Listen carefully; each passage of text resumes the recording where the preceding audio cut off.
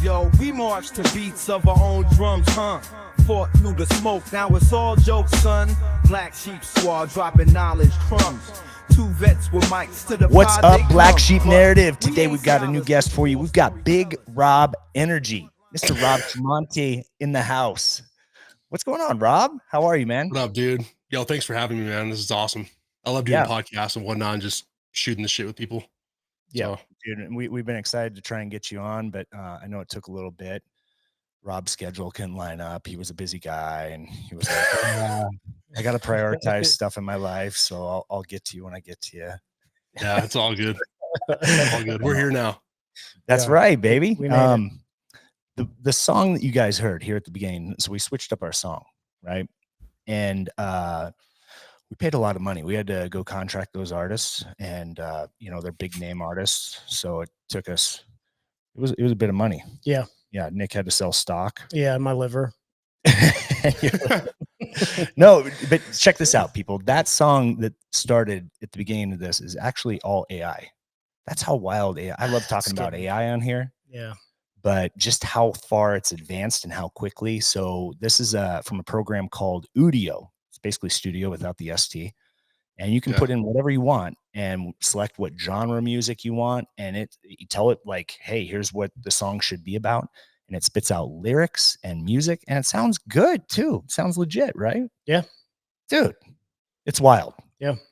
So a lot of people are afraid of AI, but I'm actually excited about it because it just I feel like it just brings more convenience, and convenience is just everything. You know what I mean? So there's little things in the world that I just feel like humans shouldn't be doing or something. I don't know. It just makes it easier now with, you know, AI. So you're right. I think it makes it easier and harder, right? Yeah. I don't know. There's definitely downsides for sure. Yeah. My wife was tricked by an AI video the other day of it was Kevin Durant, and it was one of those like fake videos where they're at the press conference like talking shit about their teammates, but it's all fake. And she legit thought it was real. And she's like, did you see what Kevin Durant said? He called his teammates G leaguers and shit, just making fun of everybody. And I see the video, and I'm like, this is fake. You actually thought this was real? Oh, and you could tell by looking at it that it was fake? Yeah, because I see like memes and stuff all the time, you know, but she was legitimately tricked by AI. I'm like, here we go. So, yeah, and it's still it looked real though. It really did look crazy real. It looked crazy real. And that's what's scary is like, you know, I don't know if you follow like Gary Vaynerchuk but like he's talking about how, you know, blockchain is going to be the new kind of like sense of security in the nation. Everybody will have to use blockchain if you want to upload a video to YouTube to basically be like, hey, yeah, this is truly me. Like I really made this video, like to authenticate the video because of how much deep fakes and AI shit is coming out. Kind of makes sense. I feel like Gary's usually correct. You know, I feel like Gary also has so much influence that he could actually say it. He can try to do anything and it'll work. So like he predicts things all the times, but he could actually like manipulate things as well. You know what I mean? He's like, oh, super famous. Yeah. But he just talks it into existence himself. Yeah. You know, it's funny, but he has a lot of power. I don't think he realizes it, but yeah. And this is only the tip of the iceberg too. Like I feel like ChatGPT and all of this stuff is very relatively new in the grand scheme of things. So if we're seeing this now and people are still like getting a little tricked out, like give it like a year or 2 years and there's going to be like, yo, I don't know if this is real or fake. Like I can't tell. Yeah. Cause you can still kind of tell. Like I saw a Joe Rogan one where they did it and they like pieced together one of his podcasts with like a lot of his words, but it sounded really fucking real, but the video was all fucky. But dude, give it a year and this shit's gonna be, it's they got the voices down. Yeah. The video itself, like you can tell like little things, but in my eyes, I feel like this all came out like a year ago. You know what I mean? So it did. Like it's crazy. Remember when they first came out, the AI, and like if you did an image, like sometimes hands would have like 6 Oh fingers. yeah. The hands are always screwed up for sure. But now they don't have that issue, so it's like, dude, it's really crazy. Yeah. Now you can do images and everything looks pretty freaking realistic. But I know a lot of people like in the YouTube space where they most of what they do for like thumbnails is all AI, and they just crank out thumbnails like it's nothing. But but they used to have to get an editor, you know what I mean? And somebody to like a real artist to make these thumbnails and stuff all the time. And like, there are some things you should add to the thumbnails to make them still better, but they're not like perfectly good with AI. But it definitely helps a lot if you don't have any resource. Like you can just type in like, I mean, literally anything, and it'll just like pretty much generate what you had in your mind. So it's cool. Probably like, better than what you imagined in your mind. Yeah, totally better. But I think that's why I say it makes things easier, but it makes it harder, right? Because it's making everybody's lives easier, even like in business and stuff like that, with all the stuff that we can do. And now it's like I can multiply myself because of AI and get more done. But for like what you were talking about, the artists, and me and Nick have talked about that before, because you hire artists for your teas and stuff. But now, like you think about that, copywriters, artists, even SEO now that they have all these AI SEO programs, like all these dudes that's their livelihood. It's like makes it a lot tougher. Yeah, dude. I don't know. We'll see. I don't know. Yeah, there's a lot of pros and cons, like everything, but I don't know. But me and you, so we met, was it 2015? I think it was 16. Was it 16? Yeah, because our fitness brand, Gunsmith, started in February of 2015. And there's no way we did the Emerald Cup like a couple of months after that. So that must have been 2016. Okay. Yeah, I remember that like it was yesterday. You know what I mean? That was awesome. Time's flying by. I know. It was cool. All of our booth neighbors were all cool. Like that was the first fitness expo we ever did. And it was just a great experience. You know what I mean? But yeah, so Gunsmith clothing line, you started with that, right? Yeah. And that was, dude, I love that clothing brand. I mean, just because it was raw, it was rugged. I think it was maybe before its time. Like when I look at like newer designs that are coming out now from like Flag Nor Fail, it was more like what you guys were doing back then. Yeah, they were the first brand. Flag Nor Fail was one of the first brands that just stepped way out of the norm and started doing like real rugged looking streetwear, but classified themselves as like a fitness brand. That was like I think they were like the first ones to do that. So we definitely were kind of inspired by that. But the main inspiration behind Gunsmith, which was like pretty much a motivational brand, like the slogan was "Build yourself into the ultimate weapon." That's what Gunsmith was all about. And at the time, there's a lot of up and coming brands and just brands in general in the fitness world that had like just really corny shirts and nothing with in our opinion didn't have much substance to them. They were just like, if you go on Etsy right now, you could find like every single kind of fitness shirt ever that just has some corny slogan that, I don't know, doesn't really mean much. So we were coming out with shirts that kind of had, we thought more powerful messaging and along with some more streetwear looking styles and whatnot. And that was really it. And we just kept kind of doing our thing. And it was a ton of fun, dude, for sure. Before Gunsmith, I actually ran a streetwear company for 7 years.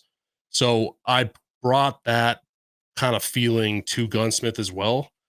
And that's kind of why we started the whole brand in itself. I met James in town. He was the co-owner of the brand with me.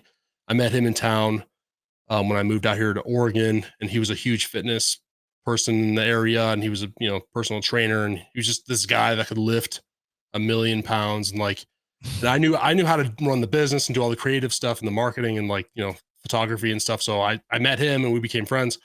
And then I was like, dude, we should start this brand. Like, what do you think? You can be like the guy, the content, and I'll just do everything else. And then he was like, he was down, and we just kind of started going from there. So yeah, but it was a lot of fun for sure. That went on until 2019. So it's like 4.5 years. Yeah. And what happened with that? What happened with that at the very end? So fast forward to 2019, it was like kind of the beginning of 2019. At that time, we had a gym, and with our gym, we had investors. We also had investors into the brand, and those investors had a large facility, and they gave us half of it to make into a gym.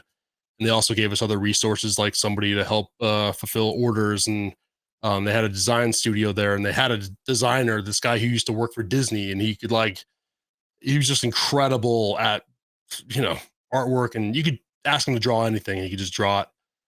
He was like AI back then, pretty much. And then upstairs we had like a photo studio, and we had all these awesome resources and stuff. But yeah, we had these investors. And then toward, I think it was like January something 2019, they decided they didn't want to be a part of what we were doing anymore. So the gym situation went away, and then we were kind of I was gearing up at least to like continue the brand. And I even built this room into like a studio, and I had like stuff to like hang shirts up on, and I was going to get ready to just, I don't know, go back to like how we were doing it, like when I had everything in this closet right here, and used to pack every single order, and all that kind of stuff. I was ready to keep going, right? And then it just, I don't know, I don't really I don't really know now I think about it.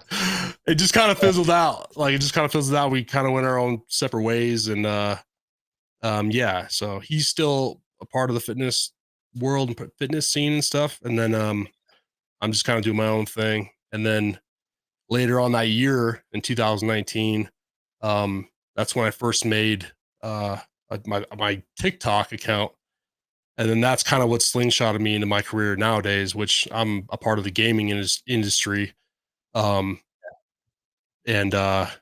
yeah, I mean, that's a whole different story, but no, I think that's perfect. Like, that's a good segue, Yeah. right? Because like Gunsmith was where I met you, and that's why when you resurfaced in my feed again, because it's like you saw this transformation of Rob, right?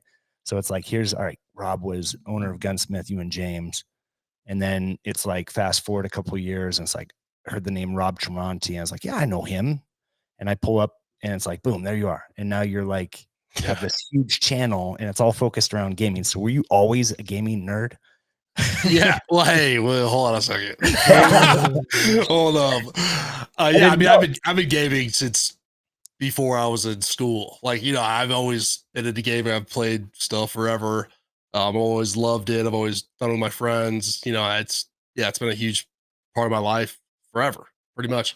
Yeah. I'm not like, I don't like, a lot of my friends hate me because every time there's like a really big game out or something, and there's like, I skip all the cutscenes if you're playing like the campaign, like the whole story of a game, right? You skip it? Yeah, I skip fucking everything because I'm trying to play the game. I don't care what the hell's going on. So that's exactly why I'm not a nerd. I know people that are literally like invested in the lore of certain games, and I'm like, dude, I just can't do that at all. So like Halo, the new Halo, I'm a huge Halo fan, favorite game ever. That came out 2021, and I skipped every cutscene, and I actually beat that game, and I had no idea, like, I was on the last part of it, and the game just ended, and I'm like, all right, well, I guess I'm on to the next thing. So yeah, so I'm not. I mean, I love gaming, but like, it's more about the competitive nature of it. That's why I like playing. That's why I play Warzone. That's why I play that kind of stuff, is to compete against people, and also the social aspect, playing with your friends and stuff. But yeah, so I started on TikTok in 2019. How that happened was, so when I was doing the fitness thing, I'd grown my Instagram at that time to about 43,000 followers. So I had a pretty good following, and on my stories, I would post a lot of goofy, just stupid shit, just funny memes, and just me doing things as if they're like skits, or just, just making fun of stuff or whatever. Just having fun. That's pretty much it. Goofing around. And 2019 started, and one of my best friends, who's a full-time YouTuber, I hit him up, and we're very similar, like sense of humor and stuff. I hit him up, and I was like, dude, you should get on this TikTok thing and make, you'd be perfect on this app. And then he's like, dude, you'd be perfect on this app. You literally make TikToks on your Instagram story anyways. Like, you just do the same shit on there. And I was like, all right. So him and I started on the exact same day, and we went back and forth with each other for probably like a month, like every day, about like different findings, and what does this hashtag do? And should we use hashtags? Should we not use hashtags? Like, does watch time matter? Does length of videos matter? Does, everything, like, what, just trying to dissect this and study this as much as possible. And then I had a video one day. It was when Logan Paul was fighting KSI, and I put up this video of him like doing this like slow motion punch, and that was a massive fight. That was like the biggest thing in social media at the time, and I knew if I got this video up of this replay, nobody else on TikTok would have had it on TikTok yet. It would have been impossible. So I get that up there, and this one night that video gets like 1 million views, and I go from 300 followers to 3,000 followers overnight. And I'm literally in bed, like refreshing my feed, and every time I refresh, it's just like follow. And I'm like, what the fuck? And obviously I didn't plan on making like that type of content, but that moment made me realize how powerful this app can be if you have success, and if you have a video that just does well. It's like what can actually happen. So I got really excited. And then from about September to I want to say it was probably, it might have been around like COVID, because that was only 6 months away. I was experimenting, and I was just doing all types of videos. I would do like food videos. I did some like shoe videos. I did some like stuff with my wife. I did like just whatever, just throwing stuff on the wall. And well, like the main thing was like I was having fun. It was all like comedic base and just, whatever, just doing funny shit. And then COVID hit, and I found myself gaming more, and Call of Duty was like the game that was hot, and I was playing that a lot with my friends and stuff. And then I just made a couple of videos about Call of Duty, just kind of making fun of it, right? And just being sarcastic about, because they make a lot of stupid decisions in their game, and it's very easy to like joke about it because it's such a ridiculous decision. And these videos started doing well, and they started picking up, and I was like, I wouldn't mind being in this industry. I love gaming. I do it every time, all the time anyways, like whatever. I'm just going to keep making videos on this and milking this type of content. And then all of a sudden you just keep going. It's a snowball effect. And then all of a sudden, like, I'm in the gaming industry. So it wasn't even like a goal or anything. I just naturally kind of fell into it. And now today, I forget what I'm at, but I think I'm at like 560,000 followers on TikTok. And then YouTube, you have a plaque for YouTube too, right? Yeah, YouTube 241,000. Jeez. So what happened with that was later. I think, what was that? That would have been 2021. I started doing this, so I took a lot of time in between, like finding success on TikTok versus starting YouTube. But on YouTube, I never uploaded like YouTube Shorts, because I wanted in my brain, I was like, you're not really a YouTuber unless you're making like long form videos, and I just didn't want my YouTube channel to be a bunch of like TikToks, or for some reason. And then it was 2021, and I uploaded, I think it was my second YouTube short, got like 1 million something views, and I was like, oh shit. And I went from like 2,000 subs or something to like 5,000. I was like, holy shit. And then I was like, whatever, I'm just going to keep doing this and upload all my TikToks, because I didn't know what to make for long form stuff anyway. So I'm like, whatever. And so every TikTok you're making, you're dumping it into Instagram, into YouTube. Well, I didn't. Yeah. Well, YouTube for sure. I didn't actually get into Instagram really until last year. But yeah, it's a whole separate thing. But with YouTube, so this one night I have success, and I'm like, whatever. And I stayed up super late, and I downloaded, I think it was like 89 TikToks, and I just uploaded them all into YouTube. And then I started posting 2 times a day, one at 6 a.m. and one at 2 p.m. And then I just did that until they ran out. And they just started going crazy. And I had a month with like 50 million views, and like 1 month got, I had one video that got me like 30,000 subs, and it's insane. And like YouTube Shorts are just super powerful. And I just like, whatever, I accepted it, that I like making vertical content, and I'm not gonna like hold this stuff back. And it paid off great. So, but at the same time, on my Instagram, I always want to keep my Instagram like personal. And I'm like, I don't want it to be stupid stuff, because I have a lot of like family members that follow me on there and stuff. And I'm like, they don't know anything about Call of Duty. I'm not going to post these stupid Warzone videos. Like, they're not even going to know what I'm talking about, which is still the case to this day.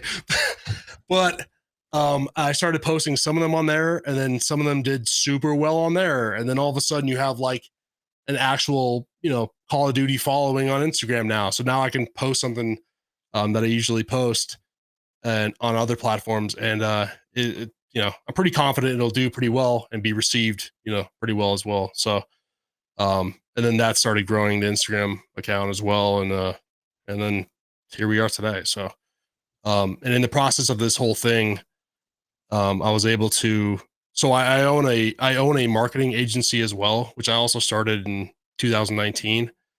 Um, and in the process of all of these things over the years, like the success on various platforms over the years, I was able to kind of get rid of certain clients that I had. And I still have like a couple now, but they're like friends. They're not like I actually like these people a lot. I don't want to like not work with them. And it wasn't always like that, but I don't mind having them as clients, but that's not like predominantly my like how I make my income or anything. So that's all through content creation and stuff. And yeah, I mean, I guess that's my whole life story.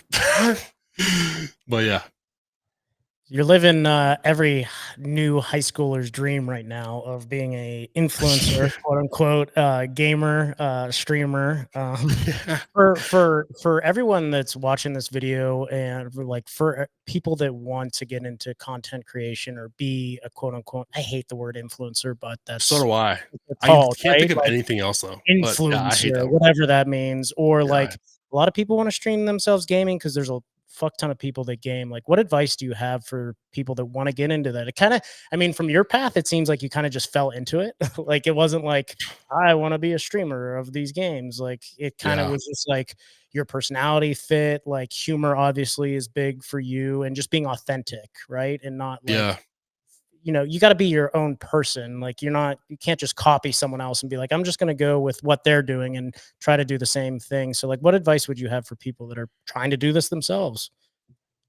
I think the biggest thing is if you're gonna want to get into like gaming and like streaming and all that kind of stuff, I think you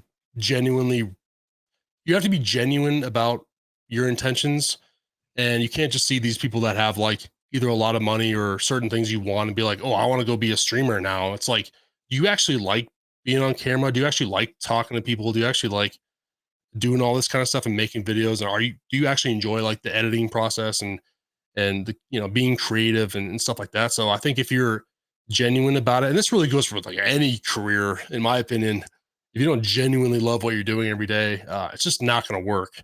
Um, and then another big thing is like consistency. That also goes with everything. You know what I mean? If you want to become somebody in the war zone scene, like you got to put in a lot of work. Like you got to put in a lot of videos. You're not going to just have a name, overnight or anything like that. So you definitely gotta be ready for that. It takes a while for sure. I know people that blew up overnight, and the problem with that is like it's just I don't even like those people just for some reason I don't really even know why, but they blow up and then people are just on to the next super exciting thing. Mm-hmm. And then I know other people that have slowly, like gradually just grinded, for a long time and they just slowly go up and they have like the most supportive, Yeah. supporters ever. So I don't really know why that is, but I don't even know if that's relevant. But yeah, I think the biggest thing is just being genuine with really what you want to do. And are you really actually into games and are you into, all this kind of stuff? Because the stuff I'm doing with like Call of Duty comedy content and stuff like that, it comes so natural. Like I'll be playing and some stupid shit will happen to me in the game, and I can immediately think of a minute long skit in my brain that I want to do about that dumb moment that just happened that I know is relatable to everybody else playing this game. And then I can just pick my phone up and make the video like it's nothing. It's not like it's just not even difficult. You know what I mean? So in my brain, I'm like, I should be doing this. Like this makes a lot of sense. It's not like it doesn't take a lot of, brain power or anything. It's just like just comes natural. So um, but yeah, I mean, there's a lot to it for sure. I think with streaming as well, a lot of people think you need all this fancy equipment and you need all this stuff. But a lot of the biggest streamers in the world have like the most dog shit equipment you've ever seen in your life. And it looks like they've never cleaned their room ever. Like it's that stuff is just not important whatsoever. But those people love being on camera and they love talking to people and they love, they genuinely love doing it. So it all kind of goes back to that in my brain. But yeah. So looking at it but I think you have it narrowed down. So I didn't know you had a market. How long have you owned the marketing agency for? 2019. So before, okay. Yeah. So I've been a marketer forever. That kind of is like, that's actually a big reason why I like doing this kind of stuff too. It's like literally just the marketing side of it. Like I've always been fascinated with that. And I don't know. I love that kind of stuff. And I just know how to market stuff, and like written communications, like one of my favorite things. So the only class I ever got an A in school was a creative writing class. Every other class I got C's and D's and just the worst student of all time. But for some reason I don't know, I like doing that. And but yeah, I started doing that in 2019. But before that, I quit my like office job, my normal like corporate job in 2016. And I was doing marketing for 6 different car dealerships. And then I quit that, went full time by myself and started doing social media and graphic design on my own. That was my main thing. Yeah. And then in 2019, I got together with some friends in town who are photographers. Like that's all they do is like take photos. And we're looking around. I live in a smaller town in Oregon, and I was looking around at the other creative agencies in town because I was actually interviewing at some of them just to get a normal job. And everybody that worked there was like super old and super out of touch and like just, I don't know, just didn't really know much. That's just how small towns are. They're so far behind with like tech. And I got with my friends at this coffee shop we used to always go to. And I was like, dude, if we just start something, like we'll take over like immediately. Like there's no one else doing this.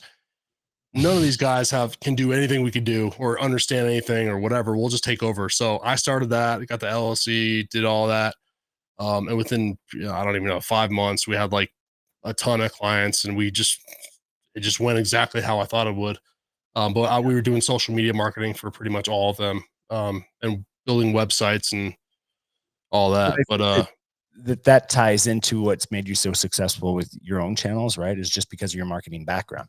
Because like when I watch your videos, for sure, your videos are very crisp, and like you even brought up relatability. And I always tell people, because people are like, well, how do I get more growth? And I don't even have a huge following on social media, right? But I'll have people that are ambassadors for our team. They're like, how do I get more views? How do I get more likes? And I'll go look at their content, and it's like, okay, well, your content's just pictures of you posing for bodybuilding, or your content's just you lifting some weights. Like you got to come up with some content that, like you brought up, is relatable.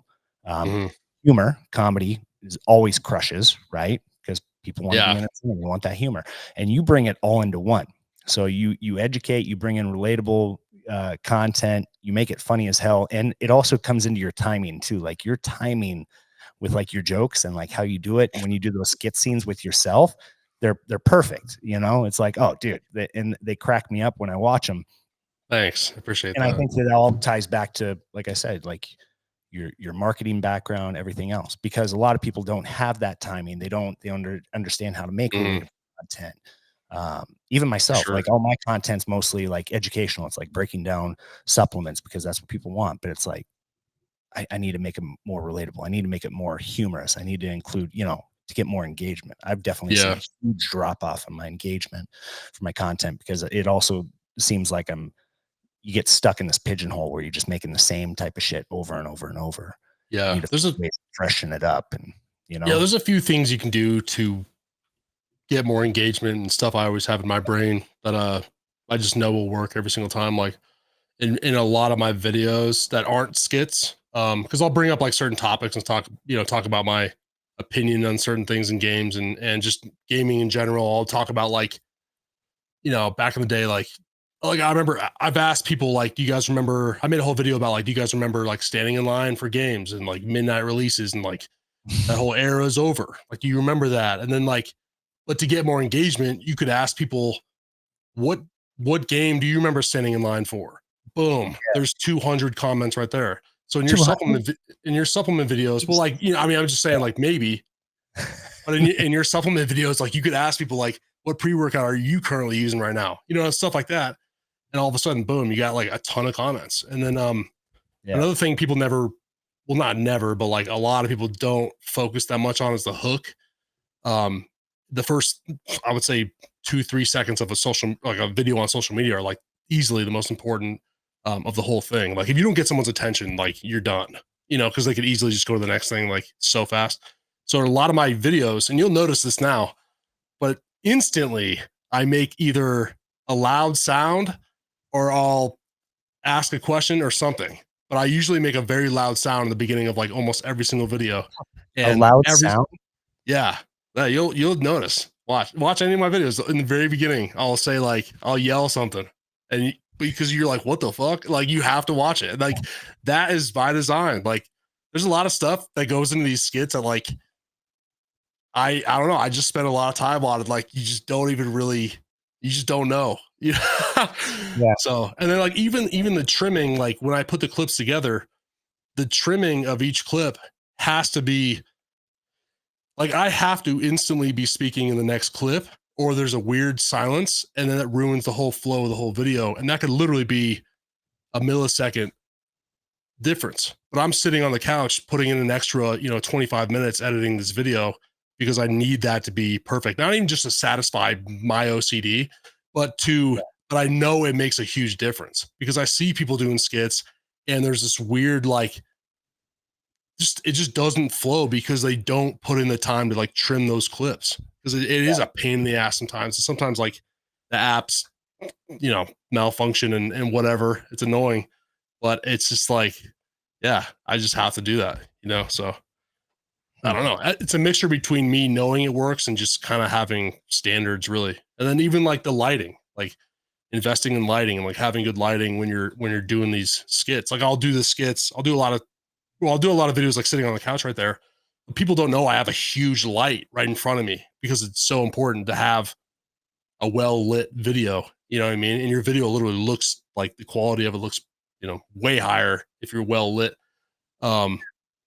And just all that kind of stuff, dude. I don't know. There's so much nuance that goes into it. And I love talking to people about it. You know what I mean? Because a lot of people just don't, I don't know. They just don't even realize it. But most of it also is like, it's through trial and error. Like, a lot of this stuff, I never even realized or knew about until I did something. You know what I mean? Yeah.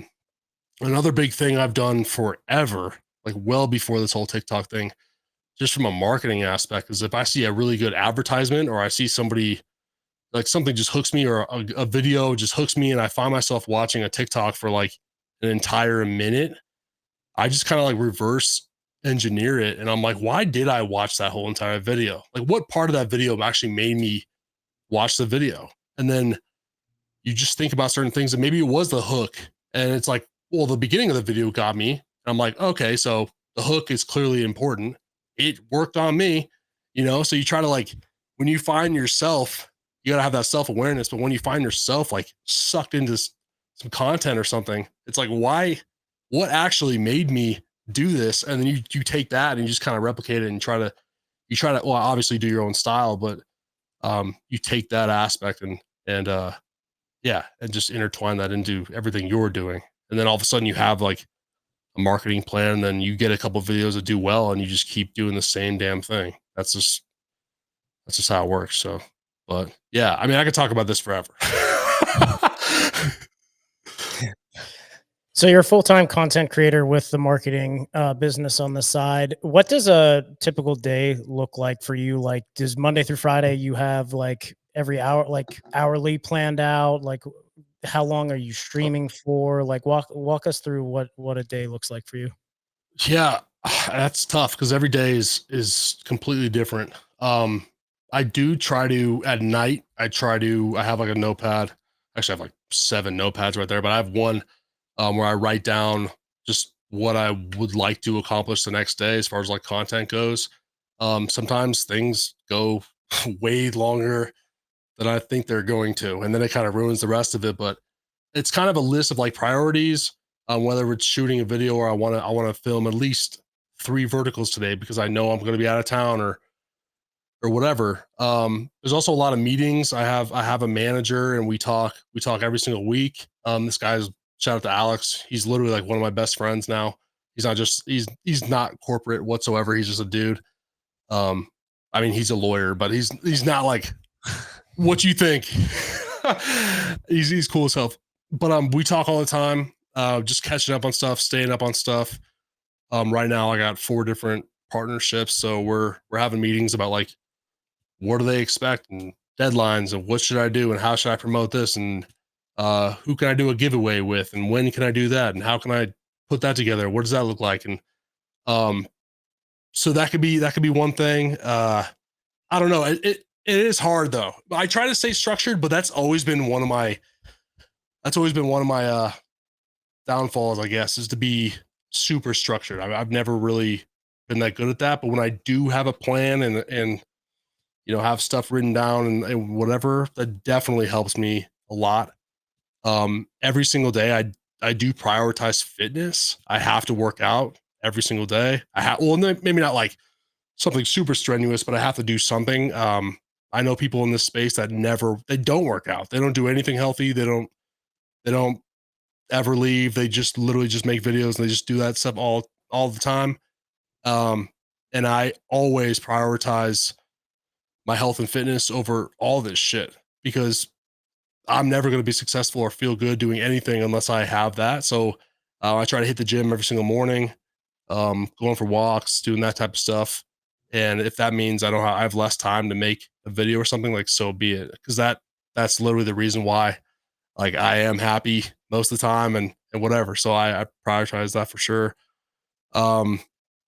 When my wife gets home, she gets home at like 5:30 every night. I don't do any content creation at all, unless there's like a deadline or something really important. So I always prioritize, you know, that quality time with her as well.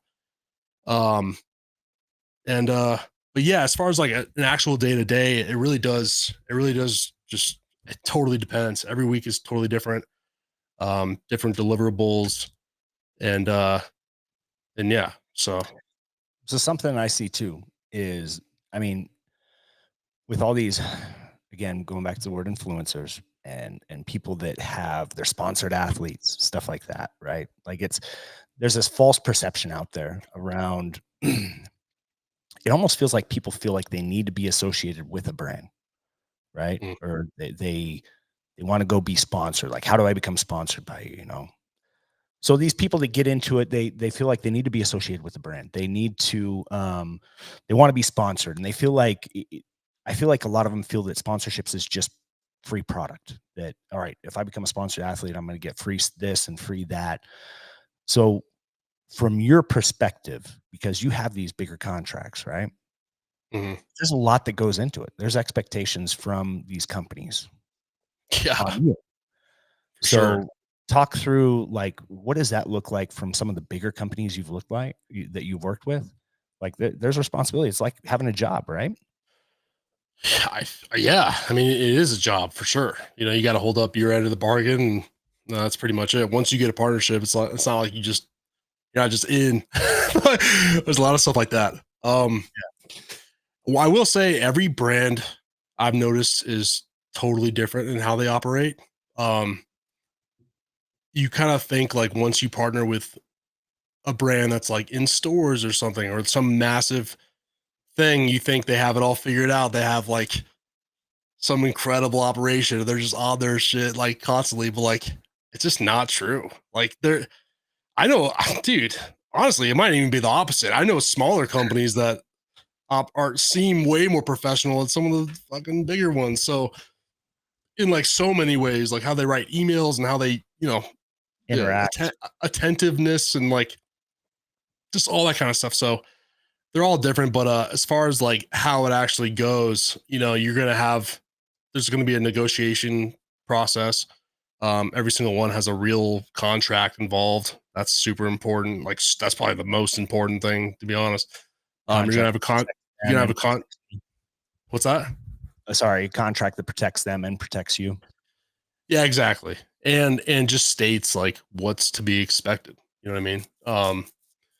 and then you negotiate, this is what I can do for you. I've had companies that ask me to do too much to the point where it would look ridiculous on my pages. Like it would be like all videos of, a product or something. And it's like, dude, I'm not going to post, like, I'm not posting 6 TikToks of you in a month. Like I'll be, it's just like, you gotta be realistic at the same time. So, but if I don't want to do that many videos of that product, then, you got to expect the price to go down or whatever. So, um, yeah, I don't know. It's,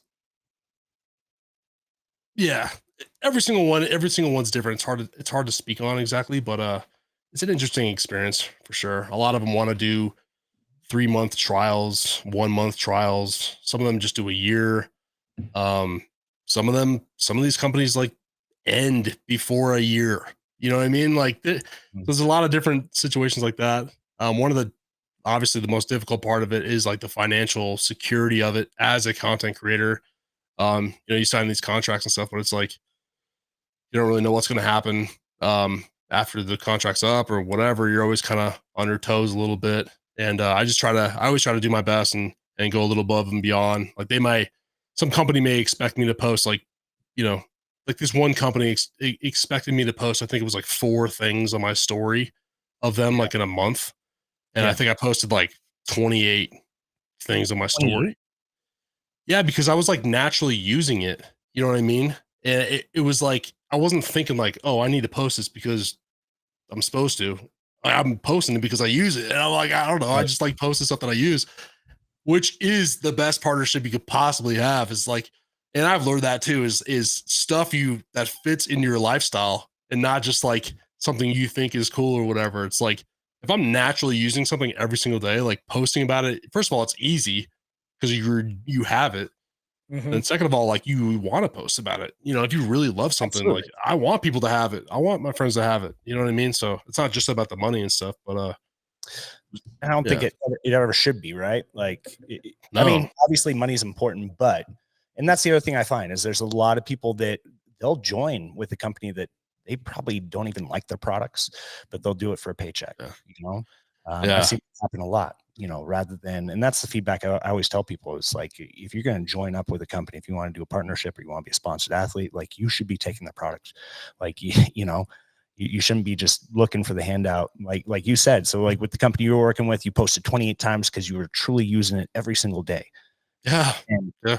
All the time. yeah. I even made them I made them a video that got like 100,000 views on Instagram. And like, they didn't even tell me to do that, but I was like, whatever. Like, I don't know. And it was fun to make and like, it did well. Like, I don't know, like whatever. But yeah. So yeah. Good. We talk a lot about mental health on the Black Sheep narrative, coming from a military background. Now, it seems, when you talk about content creation, you talk about being an influencer, right? Like you're 9 to 5, you can be at home, you can create content, but there's immense pressure on you, especially if you're with companies that expect you to post X amount of times a month. There's people, because of your audience, are expecting you to post, right? Sometimes you might not have ideas, but you have to come up with ideas. You might not feel creative, but you still have to, press on. You kind of talked a little bit about, outlet of working out every single day. I'm coming from I'm in clinical mental health right now, going to be a therapist, and there's statistics showing that right Nice. now, as a generation, we are the most depressed as a whole ever. And especially with people being online more, there's studies that are showing that every 1 hour that you spend on social media or online increases your anxiety, depression by 10%, right? And being a content creator, you're on your phone or on streaming live, seeing people comment all day almost. What do you yeah. what do you do for your mental health to keep you sane, to keep you in the game? Has there ever been a time where you've been like, I don't know if I can fucking do this anymore? And how did you overcome those types of adversity? Oh man. There's definitely been times where I didn't want to post and I didn't feel like posting and didn't feel like doing any of that kind of shit. God, where do I even start with this? So when I started on this and had success and stuff, that's when Warzone 1 came out, and that was like the biggest game in the world, and everything was super great. And like my numbers in 2022 were insane. And then last year, Warzone 2 came out, and that game was terrible, and everyone's numbers were terrible. And they just completely ruined the game. And by ruining it, they like got rid of like 5 different Call of Duty communities, and it's a whole thing. But everyone's numbers were just super low, including mine. And you come off this like crazy high. I mean, I'm talking like 200,000 plus subs in a year. You know what I mean? And you're like, dude, I'm easily hitting 1 million next year. Like, what the fuck? That was crazy. And then you have this shit where it's like everyone's shit's way down. Every video gets no views. You don't even really like playing the game. And if I'm not playing these games, I don't think of it's substantially harder for me to like think of anything. You know what I mean? So there was definitely a period during that time where I was like, fuck, this is like a real reality check, as if like I got to really see what it was like if what I'm working on or want to happen or whatever, it's just not going well. And I'm like, oh shit, like I need to pivot into something else somehow. Luckily, the game now, the third version of it is super good, and people are, it's super relevant again, and people are doing well, and whatever. So I lucked out with that. But if this third one sucked too, like I don't know what I would have done. My numbers would have been lower. And if your numbers are way lower, you get way less deals, and like, it's because that's what you're pitching to these brands too. It's like, look how many views I got last month. Look how many profile views I got last month. Like your name could be in my profile, all that kind of stuff. That it all ties back in. So that was a really tough period for sure. I also had a period where I gained some weight. I was probably the heaviest I was ever. I think that was that last year? I think it was last year at one point. And like I honestly just never really felt like being on camera. I feel like every time my wife or somebody took a photo of me, like I just never liked what I was looking at. So like being a content creator, my whole career is on a camera. That was a tough period. Because I was like, fuck, I don't like feel like being on a camera. Like, so to go be on a camera, it's just like really tough to like do that. So that was something too. As far as the comments go, I'm actually kind of lucky because my content is all comedy, and a lot of my comments are just like comments about the game and stuff that's like not personal whatsoever. Like I can't remember the last time somebody commented something that like offended me, because it's so like it's just about a game. Like it's not really that, it's just whatever to me. If I was making content about something that was like serious to me, maybe I had like a family channel or something, and I started getting a bunch of comments about like making fun of my kids or something,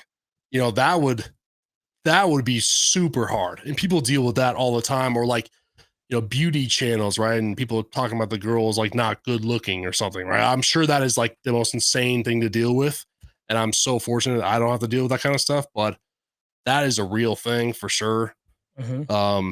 But yeah, for me, as far as like comments go, I don't, everything's it's whatever. I mean, Call of Duty's cool, but like I don't really care about it. Like I don't have any affinity for it, Yeah.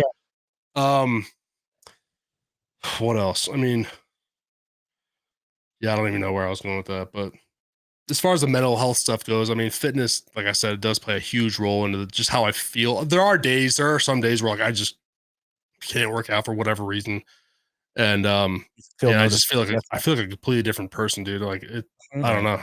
So that's a big deal to me, though, for sure. That's why I say I prioritize that. Like I have to go do something, because I just know it. I'm like it's like night and day. Yeah, but, I have to be in the gym every day. Like this last week, I hurt my back this last week, so I wasn't able to get in the gym for the past. It's been it's been 8 days. So and definitely you feel it. Like I just feel like sludge. Yeah, there you go. Yeah, like lack of energy, not quite as focused. Yeah. Well, I think when you work out too, when you leave the gym, you have that feeling of like accomplishment, and like there's like no better feeling than like a feeling of accomplishment. You know, like honestly, when I'm done like editing a video that was tough, like that feeling of like getting it uploaded is like an incredible feeling because I just did it. Or like, you know, just finishing anything. It's like that feeling of accomplishment. If I don't really have that throughout the day, like I feel like I don't know. I feel like I didn't do shit. But So I was curious, going back to your partnerships, right? So yeah.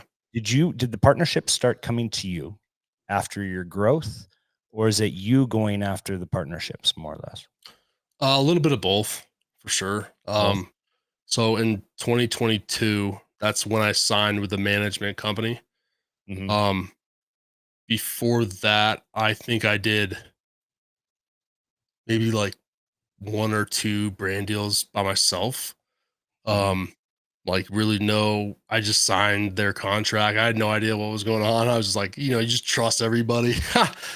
Stupid. But I did that, and then I signed with a management company, and um and at the same time my numbers were doing very well, and this management company also has resources where I could basically say like pretty much any company, and they have like software where they can like plug in the company's name and all their emails will pop up and their phone numbers and they can reach out to them. So my manager can do a lot of outreach as well.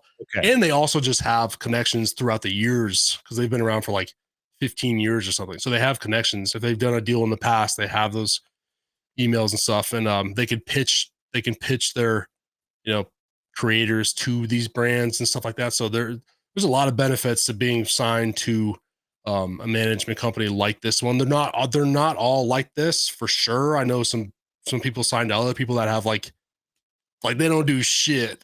Like I Right. don't know why they're even signed with them, to be honest. Yeah. But But that's pretty cool. So they're out there soliciting deals for you as well. yeah, for sure. But then I've also So, like there's been a couple in the past where like I'll DM them or I've used their stuff in the past and I just post about it, and then they're like, "Hey, do you want to do something together or whatever?" Like this well, I just like this controller, I don't know where it is back there. I just signed with this controller company, but like I DM them once and I was like something about a controller, and they were like I just had like a normal question about their controller, and they're like, "We'll send you one." And I'm like, "Oh shit, that's cool." Well, it turned out to be like my favorite controller. And then I hit them up again one day. I was like, "Hey, do you want to do something like a little more serious, as far as like a business, you know, relationship goes?" And they were down. So you have these like genuine connections like that as well. Um, and then like there's a desk mat company that I got a couple of their mats like a few years ago, and I love them. And I love the style and the website and how well everything works. And like I'm a genuine fan of like their stuff. And we're talking right now about trying to do an actual partnership, um and yeah, so that stuff's super natural for sure. And it's always best when I've been promoting something or just showing people it or talking about it in the past, and then you officially like become a part of the team too. It's just way more natural. But yeah. yeah, I forgot your original question. No, that was it. No, I mean, I was just curious if it was you Okay. actually going out there, or if the Oh yeah, deals yeah. started falling in your laps because, I would say again, it's about back 50-50, to dude. about 50-50. I'll say And so yeah, for sure. Yeah. yeah, I just feel like people nowadays, like they need to understand more of that grind too, because even when you get to your size, like you're still out there soliciting deals and trying to find deals I just yourself. figure why not? I mean, I don't know. Like right now, or I hit somebody up recently, uh yeah, yesterday. I hit a company up, and like I don't know, because yeah, I'm probably not on their radar, right? There's like in my eyes, like there's thousands of people sort of doing the same thing with Mm. followings and like whatever. It's like it's if I just shoot them a DM and like get on their radar, I mean, that could who knows what that could turn into. And it took me what, like I don't even know, a minute to do, you know? So it's like I might as well do it. It doesn't really hurt. If anything, I'm just in the same spot I am now without them. But who knows? Maybe the guy sees it and he's like, "Oh, yeah, you'd be a perfect fit." Boom. It's like, who knows? So, yeah, sitting back and assuming people are just gonna like your dream Find partnerships you. just gonna Yeah. show up. I mean, that's just, I mean, we all have the ability to message people, and that's the beauty of social media. Really, on Instagram, you can hit up anybody, you know. Anytime. Yep. So yeah, I'm not entitled to a response or anything. I know that as well, but I feel like they'll see it, you know. Were there any companies that were an absolute pain in the ass to work with? You just hated the partnership. Oh man. I would love to answer this. I'm trying to think who sucked. Dude, nothing's coming to mind right now. Yeah. You didn't have to. I worked with this app company once. They were located in China. That was really tough. Not only because, I mean, they were in China, so I would get their emails at like 2 a.m. or something. So like communicating with them. And if I had a question, I had to wait till like super late at night, you know? So that was really tough. And then there was one time where these guys like threatened me to not pay me if I didn't get them a draft by like that night. And I had family in town, and my family just happened, or not family, but like some company in town, and they just happened to like want to cook for us that night and go to the grocery store. And while they're at the grocery store, I get this email saying like, we need this, like literally threatened to not pay me. Like they said that.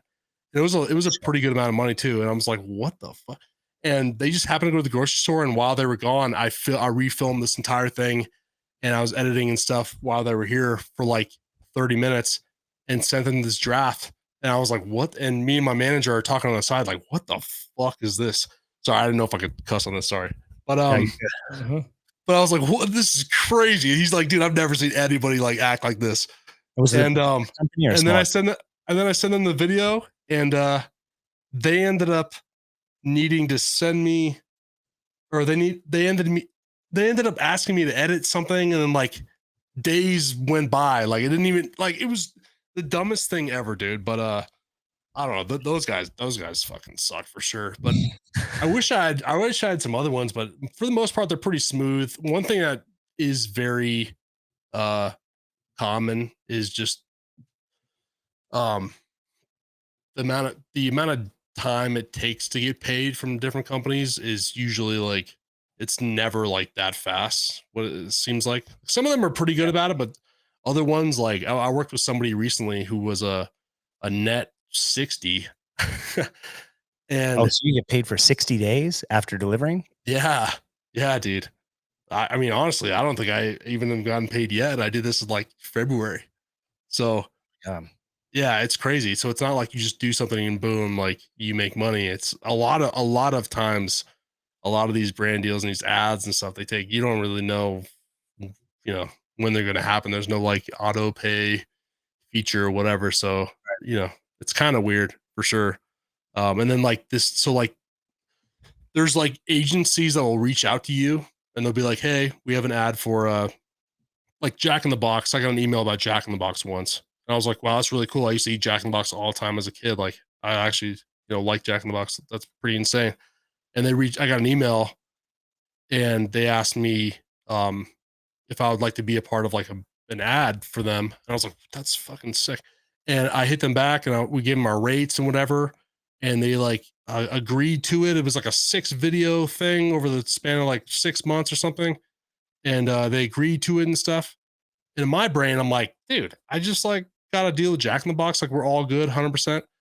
And then I find out that this ad agency now has to go to Jack in the Box and be like, do you guys even like Rob?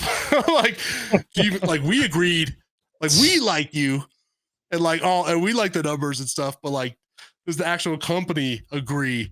And they ended up not wanting to move forward with me. So that didn't happen. So that's a thing that happens all the time too, with like, especially with like big brands. Cause these ad agencies and these talent agencies, they're the middleman pretty much, but they have these opportunities. They have these opportunities, and then they try to like, it's like a fishnet pretty much, and just see what other content creators would even be interested. And then corporate Jack in the Box, has to approve you. Has to approve it. Middleman takes their cut. Yeah, pretty much. And then there's been other videos that I've done. Who is that with? Oh, that was with Jack Links. I did a video for Jack Links, and I had to reshoot that twice because the first time I did it, I had a Jordan logo on my shirt, and then I had and they also asked me to cover my tattoos Interesting. because Jack Links did? due to copyright issues with tattoo artists, and then and Jack Links has a legal team, and then I think it's Pepsi or somebody. Who's the other people? Might have been Pepsi or something. There's like 2 different legal teams involved, and they have to watch your video and make sure everything's fine. But there's a Jordan logo on my shirt. There was a Post Malone poster in the background, and so my next version of it, I'm wearing like a flannel shirt, like in my kitchen with like nothing in the background. So you had to redo the whole thing.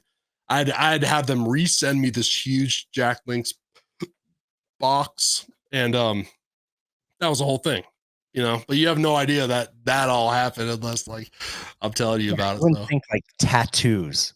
They Dude. have Well, trademark dude, if you ever play artists. Madden, nobody has tattoos in Madden, and it's because of that. It's because of the tattoo copyright. What? So, yeah, there's like 2 guys in Madden that have tattoos. I didn't know that. I'm gonna have, Yeah, dude, that's wild. I know. It's Takes our all the world today, personality man. out of the game.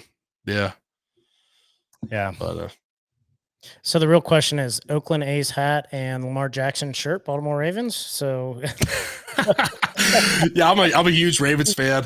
I'm a huge Oh. Ravens fan. I'm a huge sports fan, but okay. as far as baseball teams go, I grew up a huge A's fan. I grew up a baseball player. That was like predominantly what I played. And the A's were always my favorite team because they had the coolest players. They were the first team that wore like basketball shoes as cleats.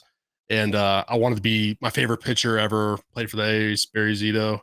And I wanted to, like, I just love that team. I grew up near Seattle though, so I always root for the Mariners, but they're just always dog shit. But I idolized like baseball players more than anybody growing up because I played first base and was a pitcher, and I idolized like, you know, Barry Bonds and like that whole era, the steroid era. You know, you're impersonating these guys and like, you know, I don't even know. That was my whole thing. But as far as like the number one team like in sports that I really actually care about are the Ravens for sure. So Yeah. I'm a huge Ravens fan. Yeah, my dog's name is Ray Lewis. I used to have a cat named Joe Flacco. So I had to ask because I'm from Pittsburgh, so I'm a Steelers fan. Oh, So- really? Yeah. Nice. I have like 5 my manager's a Steelers fan. Yeah. And like Yeah. I have like 3 of my good friends are Steeler fans too. So it's always a lot of fun. Yeah, no, it's been a fucking awesome rivalry, and now you guys Yeah. have Derrick Henry, so this year is gonna be fucking wild. If Lamar can't it'll win be it this year, I don't know when he will. Like this Dude. is the year. Yeah, don't even get me started on last year, dude. I don't even. That was No. crazy. You went to Offensive one of their home coordinator games, just didn't you? abandoned the whole fucking game plan. Yep, I know. That was Yeah. insane. But yeah. Yeah, you went to one of their home games last year, didn't you? Or no, it was a road game. Yeah, I went to the Chargers game last year at SoFi, which is incredible. That stadium is insane. That stadium is so sick. Like it feels like a nightclub in there. Like it's crazy. Like the architecture of the whole thing. Like I don't know. It's an amazing stadium. And then 2 years ago, we went to the Steelers game. It was Big Ben's last game in Baltimore. That game was a lot of fun. We had really good seats and stuff, but it was like raining out, but it was still a lot of fun. I mean, we'd never been out there, and you know, it was cool. But yeah. Cool. I love it. John, Yeah. any last words? Any last words? No. Dude, yeah, do you have any big partnerships coming up? Oh man. Nah, not really. I don't think. Speak of? Nah. Even if I did, I probably wouldn't say it. Really? I mean, I don't have anything, but yeah, no. All right. My biggest thing right now is consistency. I want to get back to being really consistent. Every time I am, all my numbers go up, and it's just like it is so obviously the number one thing any content creator can do is literally just be consistent. I know what works for me, and I, whatever. So it's like I just have to just do it. You know what I mean? So yeah, it's just literally just doing it. That's my main focus right now. But as far as like partnerships and stuff goes, I have some like dream partnerships and stuff, but you know, nothing too crazy in the works right now. My number one dream partnership is the NFL. I want to do something with the NFL. So yeah, that's my biggest thing right now too. Actually, one big thing I'm trying to do right now is to actually get into the sports world and try to make a name for myself in the sports industry, I guess. Through content creation. Yeah, become a established content creator like in the sports world, like specifically with football, and basketball and stuff too. But yeah, I made some other new pages that are only about sports. So I'm gonna start trying to make content about that and see where that goes. But yeah, so that's sweet. I follow a couple of YouTubers that do like his name's like Chiseled Adonis. I think he's from Las Vegas, but he's a huge Steelers fan. He has like 600,000 followers, and after every Steeler game, he posts a review, like a recap. And it's like 5 minutes long, and he's decked out in Steeler gear. He has a Steelers flag behind him, and he's always pumped up, and he's always fucking pissed off, talking about how much he gets a fuck ton of views, and he's entertaining to watch. And he does comedy, but he also does a lot of sports things. So yeah, I follow a couple of those guys, but Chiseled Adonis. Chiseled Adonis. That's a crazy name. I was like, 600,000 followers on YouTube, but he posts basketball, NFL, but he's a big Steelers fan. So yeah, after every game, he posts about the Steelers, and he gets a lot of views, and he's entertaining as shit. He's funny. That's awesome. Yeah, that's pretty much what I want to do. I feel like gaming comes natural to me, but I don't really, like I said in the beginning of this podcast, like I don't really there's a lot about gaming I don't really care about. Like there's certain huge games that come out that like everyone will play, and I'm just like I don't really care too much about that, but like everyone has to play to make videos about it and like talk about it and whatever. I'm just like whatever, dude, But with sports, like I feel like I just naturally can talk about it like forever, you know what I mean, and give my thoughts, and like it's just, I don't know. I just want to see where that goes. And I feel like I've been wanting to do this for like forever. And it'd be cool to, a year from now or 2 years from now, like just be in the sports world. That I think that's probably my goal. So we'll see what happens with that. But you said you already started the channels? Yeah, I got them. There's no content on them or anything like that. I'm not going to start an Instagram for it. I'm going to post the sports stuff on my Instagram. But on TikTok and even YouTube and Twitter. I've been doing a lot on Twitter, like during games, like play-by-play and just giving my thoughts on whatever. But everything is just Game Time Rob. That's all it is. So Game Time Rob. So that's going to be the sports ones. Yeah, but I literally have no followers on anything. So if you want to be the first one, you can go ahead. I'm going to. I'll follow along. Yeah, I mean, I haven't even told anybody about it. So this is exclusive. Oh, yeah. Black Sheep Narrative people. First one. Yeah.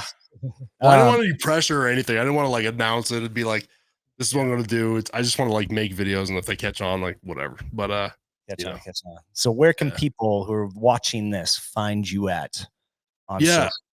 Every single social media platform, my handle is Big Rob Energy. Like every single one, just at Big Rob Energy. So it's that easy. Okay. Perfect. Well, we appreciate you, man. Thanks for being on. It's always a pleasure. Thanks a lot. You're always a great guy. And dude, big thing. Because you're a Ravens fan, bro. Yeah. What about you? Well, hey, it's all Eagles, baby. But I was gonna say, Flacco. That's crazy. I feel like you're probably the nicest Eagles fan I've ever met. Yeah, probably. But my wife is super thrilled because she's a Browns fan, and she was the biggest Flacco fan last year. Oh, dude, he was, I don't know what the hell that was all about. Yeah, I love that dude. But But we appreciate you being on, man. And dude, I'll hit you up later on. We'll discuss some more too. I have some ideas I want to run past you. But yeah, for sure. Those of you tuning in, we appreciate you guys tuning in. Any questions you have for Big Rob Energy, drop them in the comments section below, and we'll pass them off on over to you to answer later on. Cool. All right, brother. Yeah, for sure. All Thanks, right. guys. Black Sheep Narrative. Two vets walk the beat, stories and they parlay. Ay, kinship born from combat, wisdom not their mainstay. Ay, mic check as they round with jesters and they don't play. Ay, podcast with a mission, Black Sheep Narrative take gateway. Ay, laughs echo through the airwaves, logic sometimes astray. Talking without a filter, experiences on display. Mine's a little hazy, but the hearts they don't betray. Brothers in arms rambling, lost shepherds, but they okay. You should see it's through the